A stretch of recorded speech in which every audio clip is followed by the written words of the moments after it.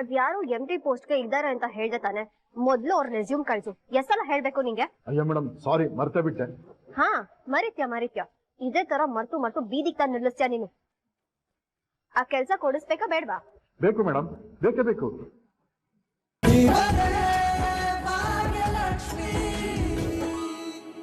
ಹಣಕ್ಕೆ ಮೌಲ್ಯ ಬರೋದು ನಮ್ಮ ನೋಟ್ಗಳ ಮೇಲಿರೋ ಕೇವಲ ಸಂಖ್ಯೆಯಿಂದ ಮಾತ್ರ ಅಲ್ಲ, ಆ ನೋಟ್ಗಳನ್ನು ಹಿಡಿದಿರೋ ಕೈಗಳಿಂದ. ಆ ಕೈಗಳನ್ನು ಚಾಚ್ತಾ ಇರೋ ಹೃದಯದಿಂದ, ಹೃದಯವಂತಿಕೆಯಿಂದ.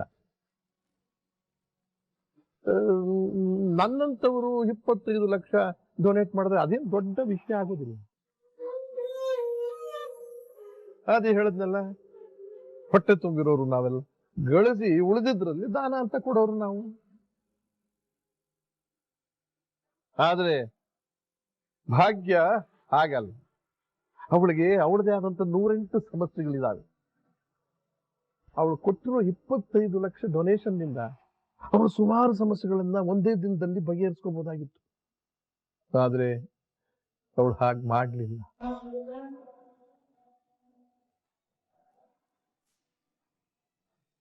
ಆ ಸಮಸ್ಯೆಗಳನ್ನ, ಆ ಸವಾಲುಗಳನ್ನ ತನ್ನಲ್ಲೇ ಇಟ್ಕೊಂಡು ಕೈಲಿರೋ ಹಣವನ್ನ ಬಲಹೀನ ಮಕ್ಕಳ ಬದುಕಿಗೋಸ್ಕರ ದಾನವಾಗಿ ಕೊಟ್ಟಿದ್ದಾಳೆ. ತನ್ನ ಹೊಟ್ಟೆ ಖಾಲಿ ಇರುವಾಗ ತಟ್ಟಲಿರೋ ಅನ್ನವನ್ನ ಬೇರೆಯವರಿಗೆ ದಾನ ಮಾಡಿದಾಳೆ.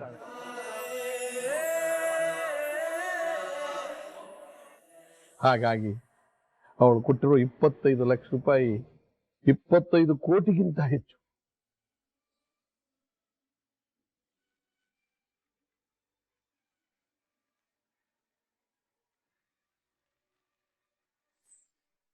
ಅವಳು ಕೊಟ್ಟಿರೋ ನೋಟ್ಗಳನ್ನ ಲೆಕ್ಕ ಹಾಕ್ಬಹುದು ನಾವು.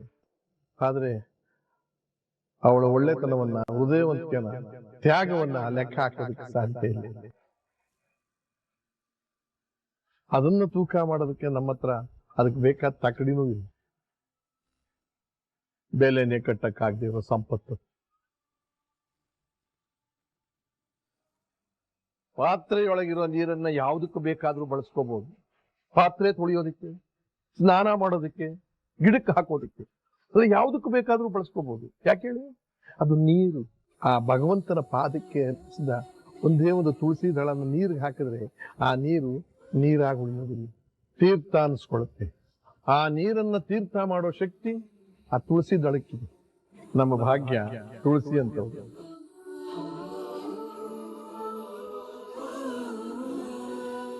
ನಮ್ಮ ಮನಸ್ಸಿನಲ್ಲಿರೋ ನೀರನ್ನೆಲ್ಲ ತೀರ್ಥ ಮಾಡೋ ಶಕ್ತಿ ಇರೋದು.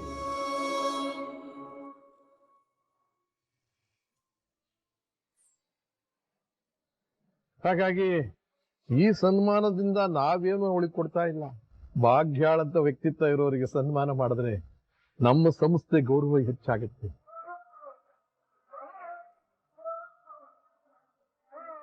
ನಮ್ಮ ನಡುವೆ 100 ಭಾಗ್ಯ ಹುಟ್ಲಿ, ಈ ಮೂಲಕ ಸಮಾಜದ ಭಾಗ್ಯ ಬದಲಾಯಿಸಲಿ ಅಂತ ನಾನು ಹಾರೈಸಿ. ನಮಸ್ಕಾರ.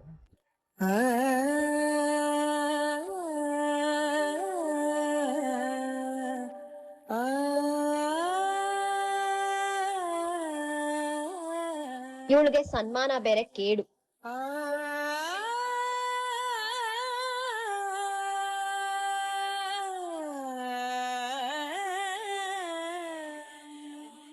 Thanks, Appa. Thank you all. And now I request you all to please join us for refreshment. Please, Daimadi Bani.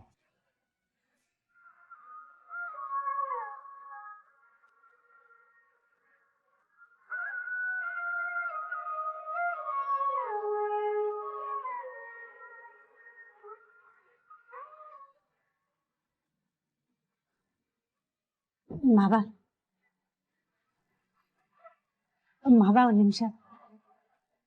ಇವತ್ತು ನೀವು ನನ್ನ ಬಗ್ಗೆ ಮಾತಾಡಿದ್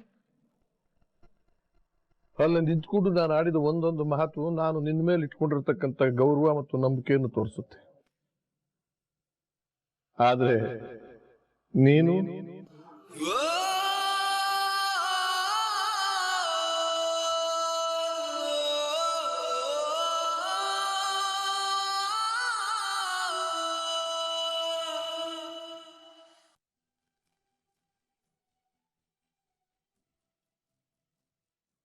ಅಕ್ಕ ಪೂಜಾ, ನೋಡ್ದ್ಯಾ ಅಕ್ಕ, ಮಾವ ನಿನ್ ಮೇಲೆ ಎಷ್ಟು ನಂಬಿಕೆ ವಿಶ್ವಾಸ ಇಟ್ಕೊಂಡಿದ್ದಾರೆ ಅಂತ.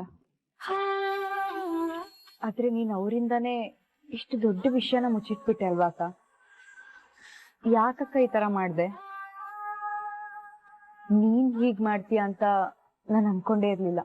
ವಿಷಯ ಹೇಳೋದ್ರಿಂದ ಆದಿ ಅವ್ರಿಗೆ ಸಮಸ್ಯೆ ಆಗುತ್ತೆ ಅಂತ ನಾನು. ಆದ್ರೆ ಈಗ ಇಬ್ರಿಗೂ ಸಮಸ್ಯೆ ಆಯ್ತಲ್ಲ ಅಕ್ಕ. ನನ್ನ ಹತ್ರ ಆದ್ರೂ ಒಂದ್ ಮಾತು ಹೇಳ್ಬೋದಿತ್ತಲ್ವಾ ಅಕ್ಕ? ನಾನ್ ನಿನಗ್ ಫೋನ್ ಮಾಡಿ ಆದಿಭಾವನ್ ಬಗ್ಗೆ ವಿಚಾರಿಸಿದಾಗ ಆದಿಭಾವ ಅಲ್ಲೇ ಇದ್ದಾರೆ ಅಂತ ಹೇಳ್ಬೋದಿತ್ತಲ್ವಾ?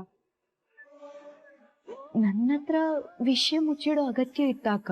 ನಾನು ಇಷ್ಟು ಬೇಗ ಹೊರಗ್ ನೋಡಾಗ್ಬಿಟ್ನ ಅಕ್ಕ.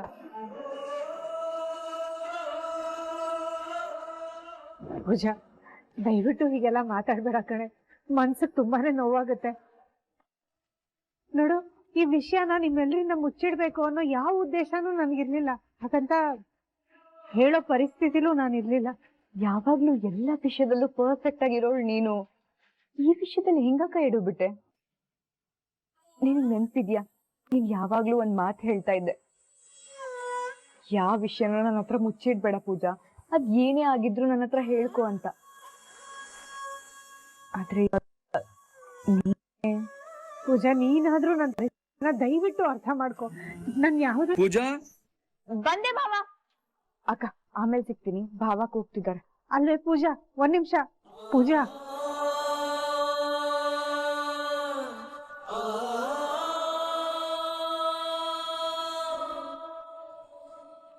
ಭಾಗ್ಯ, ಒಬ್ಬಳೇ ಅನ್ಕೊಂಡು ಏನ್ ಯೋಚನೆ ಮಾಡ್ತಿದ್ಯಾ? ಬಾ ಅತ್ತೆ, ನಾನು ಎಲ್ರಿಂದಾನು ವಿಷಯ ಮುಚ್ಚಿಟ್ಟು ತುಂಬಾ ದೊಡ್ಡ ತಪ್ಪು ಮಾಡ್ಬಿಟ್ಟೆ ಅಂತ ಅನಿಸ್ತಾ ಇದೆ. ಅತ್ತೆ, ನಾನು ಯಾವ ಕೆಟ್ಟ ಉದ್ದೇಶ ಇಟ್ಕೊಂಡು ಈ ತರ ಮಾಡ್ಲಿಲ್ಲ ಅತ್ತೆ. ಅವ್ರೆಲ್ಲರಿಂದಾನು ವಿಷಯ ಮುಚ್ಚಿಡ್ಬೇಕು ಅಂತ ನನ್ಗೇನು ಇರ್ಲಿಲ್ಲ. ಆದಿ ಅವ್ರಿಗೆ ಇದರಿಂದ ಸಮಸ್ಯೆ ಆಗ್ಬಾರ್ದು ಅನ್ನೋ ಒಂದೇ ಒಂದು ಉದ್ದೇಶ ಇತ್ತು ಅಷ್ಟೇ. ಆದ್ರೆ ಮಾವನ್ಗೆ ನನ್ನಿಂದ ತುಂಬಾನೇ ನೋವಾಗಿದೆ ಅತ್ತೆ. ಮಾತಾಡ್ಸ್ತಿದ್ರೆ ಕೋಪದಲ್ಲಿ ಹೊರಟೆ ಹೋದ್ರು. ಭಾಗ್ಯ, ನೀನು ಇಲ್ದೇ ಇರೋದನ್ನೆಲ್ಲ ಯೋಚನೆ ಮಾಡ್ತಾ ಇದೀಯ. ಅವ್ರಿಗೆ ನಿನ್ ಮೇಲೆ ಕೋಪ ಇದ್ದಿದ್ರೆ ಅವ್ರಿಗೆ ಫಂಕ್ಷನ್ಗೆ ಬರ್ತಿದ್ರ? ನೋಡು, ಅವ್ರಿಗೆ ನಿನ್ ಮೇಲೆ ಬೇಜಾರಾಗಿರುತ್ತೆ, ಹೌದು, ಅದನ್ನ ಇಲ್ಲ ಅಂತ ನಾ ಹೇಳ್ತಾ ಇಲ್ಲ. ಆದ್ರೆ ಆ ಬೇಜಾರ್ ಕೂಡ ನಿನ್ ಮೇಲಿರೋ ಪ್ರೀತಿಯಿಂದ ತಾನೆ. ಅಲ್ಲ ಅತ್ತೆ, ಅದು ನೋಡು, ತಾಯಿ ಮಕ್ಕಳ ತುಂಬಾ ಹೇಳು.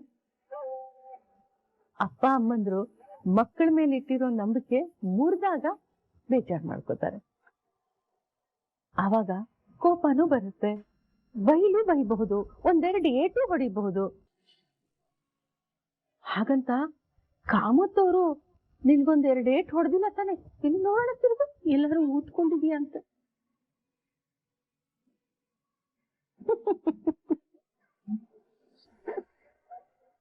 ಮಕ್ಕಳು ಅಪ್ಪ ಅಮ್ಮನ ಮೇಲೆ ಸಿಟ್ಟಾಗ್ಬೋದಂತೆ, ಅಪ್ಪ ಅಮ್ಮ ಮಕ್ಕಳ ಮೇಲೆ ಸಿಟ್ಟಾಗ್ಬಾರ್ದ ಭಾಗ್ಯ? ಕಾಮತ್ತವರು ನಿನ್ನ ಅವ್ರ ಮಗಳ ತರ ಪ್ರೀತಿ ಕಾಳಜಿ ಎಲ್ಲ ಮಾಡ್ತಾರೆ ತಾನೆ? ಆ ನಂಬಿಕೆಗೆ ಸಣ್ಣದಾಗಿ ಏಟಾಗಿದೆ, ಅದಕ್ಕೆ ಪಾಪ ಅವರು ಬೇಜಾರ್ ಮಾಡ್ಕೊಂಡಿದ್ದಾರೆ. ಭೂಮಿ ಮೇಲೆ ಬಿದ್ದಿರೋ ಮಳೆ ನೀರಿಗೂ ಇಂಗೋದಿಕ್ಕೆ ಸಮಯ ಬೇಕಾಗತ್ತಲ್ವಾ? ಇದು ಹಾಗೆ, ಮನುಷ್ಯರ ಮನಸ್ಸು ತಂಪಾಗೋದಕ್ಕೆ ಸ್ವಲ್ಪ ಸಮಯ ಬೇಕಾಗತ್ತೆ. ನೋಡು, ಎಲ್ಲ ಸರಿ ಹೋಗುತ್ತೆ, ಆರಾಮಾಗಿರು. ನೀನು ಯಾರಿಗೂ ಕೆಟ್ಟದನ್ನ ಬಯಸಲ್ಲ, ನಿನ್ ಮನಸ್ಸು ಎಷ್ಟು ಒಳ್ಳೇದು ಅನ್ನೋದು ಎಲ್ಲರಿಗೂ ಗೊತ್ತಿದೆ ಮಗಳೇ. ಅರೆ, ನೀವಿಬ್ರು ನಿಂತ್ಕೊಂಡು ಏನ್ ಮಾಡ್ತಾ ಇದ್ದೀರಾ? ಪ್ರೋಗ್ರಾಮ್ ಚೀಫ್ ಗೆಸ್ಟ್ ಎಲ್ಲಿ ಅಂತ ನಾನು ಎಲ್ಲ ಕಡೆ ಹುಡುಕಾಡ್ತಾ ಇದ್ದೀನಿ. ಗೆಳತಿ, ಏನಾಯ್ತು? ಭಾಗ್ಯ ಯಾಕೆ ಡಲ್ಲಾಗಿದ್ದಾರೆ? ಭಾಗ್ಯ, ಈ ಪ್ರೋಗ್ರಾಮ್ ಇಂದ ಏನಾದ್ರೂ ಬೇಜಾರಾಯ್ತಾ ಅಥವಾ ನನ್ನಿಂದ ಏನಾದ್ರೂ? ಅಯ್ಯೋ ಆದಿಯವ್ರೆ, ನಿಮ್ಮಿಂದ ನನಗೇನು ಬೇಜಾರಾಗಿಲ್ಲ. ಆದ್ರೆ ನನ್ನಿಂದ ಪೂಜಂಗೂ ಮಾವಂಗೂ ತುಂಬಾನೇ ಬೇಜಾರಾಗಿದೆ. ಅವರಿಬ್ರು ನನ್ನ ಹತ್ರ ಸರಿಯಾಗಿ ಮಾತಾಡ್ತಿಲ್ಲ. ಎಲ್ಲ ನನ್ನಿಂದಾನೇ ಆಗಿದ್ದು. ನೀವ್ ಹಠದ್ ಬಿದ್ರಿ ಅಂತ ನಾನು ಹಾಗೆ ನಡ್ಕೊಂಡ್ಬಿಟ್ಟೆ. ನೀವು ಹಠ ಹಿಡಿದಾಗ ನಾನಾದ್ರೂ ಸುಮ್ಮನಿರ್ಬೇಕಿತ್ತು ಅಂತ ಈಗ ಅನ್ನಿಸ್ತಾ ಇದೆ. ನಾನು ದುಡುಕ್ಬಿಟ್ಟೆ. ಫ್ರೆಂಡು, ನಾನು ಹೇಗೋ ಅವಳಿಗೆ ಸಮಾಧಾನ ಮಾಡಿದ್ದೆ. ನೀ ಬಂದು ಮತ್ತೆ ಅದನ್ನೇ ಮಾತಾಡಿ ಅವಳಿಗೆ ತಿರ್ಗಾ ಬೇಜಾರು ಮಾಡ್ತಾ ಇದ್ಯ.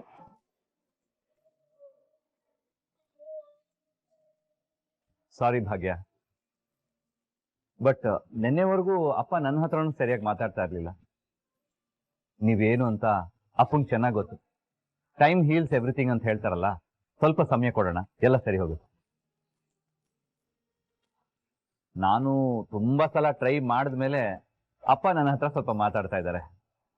ಟೈಮ್ ಕೊಡೋಣ, ಎಲ್ಲ ಸರಿ ಹೋಗುತ್ತೆ. ನಾನು ಎಲ್ಲ ಸರಿ ಆಗೋ ಹಾಗೆ ಮಾಡ್ತೀನಿ, ನೀವೇನು ತಲೆ ಕೆಡ್ಸ್ಕೋಬೇಡಿ. ಹಾಗೆ ಹೇಳು ಫ್ರೆಂಡ್. ಅಲ್ಲ ಗೆಳತಿ, ಭಾಗ್ಯ ಅವ್ರನ್ನ ಇನ್ನೂ ಸ್ವಲ್ಪ ಹೀಗೆ ಬಿಟ್ರೆ ಬೇಜಾರಲ್ಲಿ ಬೇಜಾರ್ ಮಹಲೆ ಕಟ್ಬಿಡ್ತಾರೆ.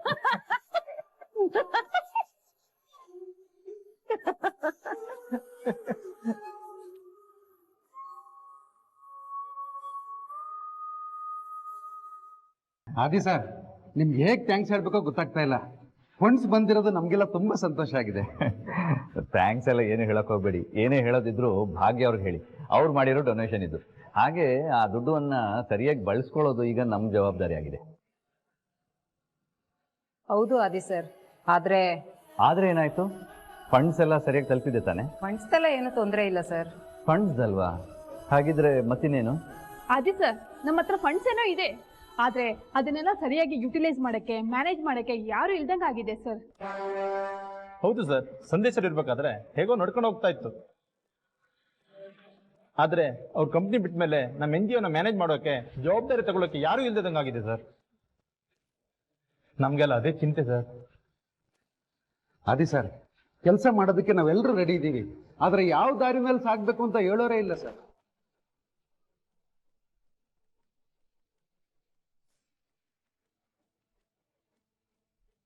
ನಮ್ಮ ತೊಟ್ಟಿಲು ಚಾರಿಟಬಲ್ ಟ್ರಸ್ಟ್ಗೆ ಮುಂದೆ ನಿಂತು ಮುನ್ನಡೆಸೋರೊಬ್ರು ಬೇಕು sir. We need to find a managing director soon sir. ನೀವು ಹೇಳೋದ್ರಲ್ಲಿ ಅರ್ಥ ಇದೆ. ನಾನು ಇದ್ರ ಬಗ್ಗೆ ಯೋಚನೆ ಮಾಡಿರ್ಲಿಲ್ಲ.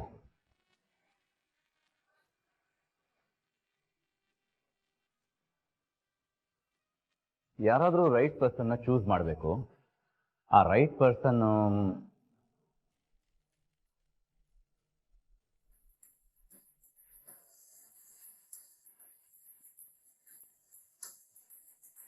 ಅದ್ಯಾರು MD ಪೋಸ್ಟ್ಗೆ ಇದ್ದಾರೆ ಅಂತ ಹೇಳ್ದೆ ತಾನೆ. ಮೊದ್ಲು ಅವ್ರ ರೆಸ್ಯೂಮ್ ಕಳ್ಸು. ಎಷ್ಟೆಲ್ಲ ಹೇಳ್ಬೇಕು ನಿಂಗೆ? ಅಯ್ಯೋ ಮೇಡಮ್, ಸಾರಿ, ಮರ್ತೇ ಬಿಟ್ಟೆ. ಹಾ, ಮರಿತ್ಯ. ಇದೇ ತರ ಮರ್ತು ಬೀದಿಗೆ ತಂದು ನಿಲ್ಲಿಸ್ತೀಯ ನೀನು. ಆ ಕೆಲ್ಸ ಕೊಡಿಸ್ಬೇಕಾ ಬೇಡ್ವಾ? ಬೇಕು ಮೇಡಮ್, ಬೇಕೇ ಬೇಕು. ಟ್ರಸ್ಟಿಗೆ ಪರಿಚಯ ಇಲ್ದಿರೋರು ಯಾರಾದ್ರೂ MD ಆಗಿ ಬಂದ್ರೆ ನಮಗೆ ಅಪಾಯ ಮೇಡಮ್. ಅದಕ್ಕೆ ನಮಗ್ ಗೊತ್ತಿರೋ ಹುಡುಗನ್ನೇ ಅಲ್ಲಿ ಅಪಾಯಿಂಟ್ ಮಾಡಿ ಅಂತ ಹೇಳ್ತಾ ಇರೋದು. ಇದೆಲ್ಲ ಗೊತ್ತಿದ್ದೆ ನಿನ್ಗೆ ರೆಸ್ಯೂಮ್ ಕಳ್ಸು ಅಂತ ಹೇಳ್ತಿರೋದು. ನೀನ್ ಮಾತ್ರ ಸುಮ್ನೆ ಟೈಮ್ ವೇಸ್ಟ್ ಮಾಡ್ತಿದ್ಯಾ, ಯೂಸ್ಲೆಸ್ ಫೆಲೋ. ಅಯ್ಯೋ, ರೆಸ್ಯೂಮ್ ಗಿಸ್ಯೂಮ್ ಎಲ್ಲ ಯಾಕೆ ಮೇಡಮ್? ಆ ಹುಡುಗನ್ ಕರ್ಕೊಂಡು ನಿಮ್ಮ ಆಫೀಸ್ಗೆ ಬಂದ್ಬಿಡ್ಲಾ? ಆಯ್ತು, ಅದನ್ನಾದ್ರೂ ಮಾಡು. ಜೊತೆಗೆ ರೆಸ್ಯೂಮ್ ಕೂಡ ತಗೋಬಾ, ಆಫೀಸಿಗೆ ಬಂದು ಮೀಟ್ ಆಗು. ಅವನಿಗೆ ಜಾಬ್ ಸಿಗುತ್ತೆ. ಕೆಲವು ಜನರ ಹತ್ರ ಮಾತಾಡ್ಬೇಕು. ಅದನ್ನ ನಾನು ಹೇಗೋ ಮ್ಯಾನೇಜ್ ಮಾಡ್ತೀನಿ.